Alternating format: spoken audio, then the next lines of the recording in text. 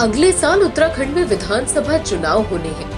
पहली बार आम आदमी पार्टी भी पहाड़ी राज्य देवभूमि उत्तराखंड में अपनी किस्मत आजमाने जा रही है, जिसके चलते उत्तराखंड फतेह करने के लिए अरविंद केजरीवाल ने देहरादून पहुंचकर पार्टी के सीएम कैंडिडेट का ऐलान भी कर दिया।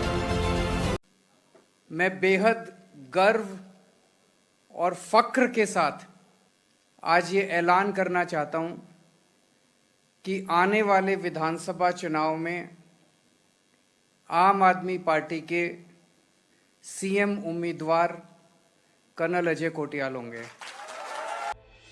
जी हां, धर्मनगरी में जीत का डंका बजाने के लिए अरविंद केजरीवाल ने रिटायर्ड कर्नल अजय कोटियाल को चुना है। केजरीवाल के इस दाव को चुनावी राष्ट्रवाद से जुड़ा मास्टर स्ट्रोक माना जा रहा है। अरविंद केजरीवाल ने अपने भाषण में कहा कि नेताओं ने उत्तराखंड को खूब लूटा।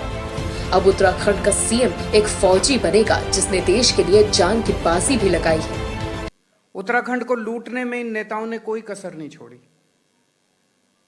लोगों ने कहा अब हमें नेता नहीं चाहिए, बहुत हो गए नेता और बहुत हो गई पार्टियां, अब हमें एक देशभक्त फौजी चाहिए।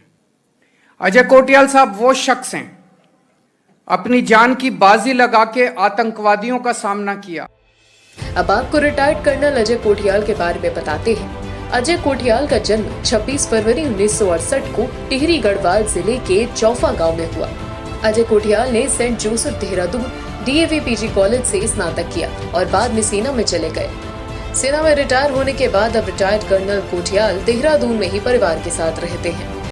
बात करें रिटायर्ड कर्नल की उपलब्धियों की, तो ऑपरेशन कौमवतन में उन्होंने 7 आतंकवादियों को मार गिराया था, जिसके लिए उन्हें कीर्ति चक्र से सम्मानित किया गया था।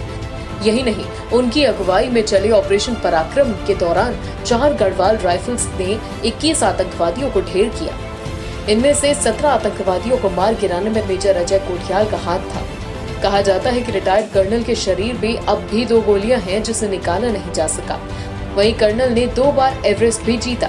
केदारनाथ में आई तबाही में उन्होंने अपनी टीम के साथ पहुंच लोगों की जान भी बचाई और बाद में केदारनाथ पुनर्निर्माण में सक्रिय भूमिका भी निभाई। अजय कोटियाल साहब वो शख्स हैं जिन्होंने फौज में रह के देश की सेवा की, अपनी जान की बाजी लगा के आतंकवादियों का सामना किया, अपनी जान की बाजी लगा के इन्होंने पाकिस्तान का सामना किया, इन्होंने देश के दुश्मनों का सामना किया। आज भी 2 गोलियां इनके शरीर के अंदर हैं, उन 2 गोलियों को ये साथ लेके घूमते हैं।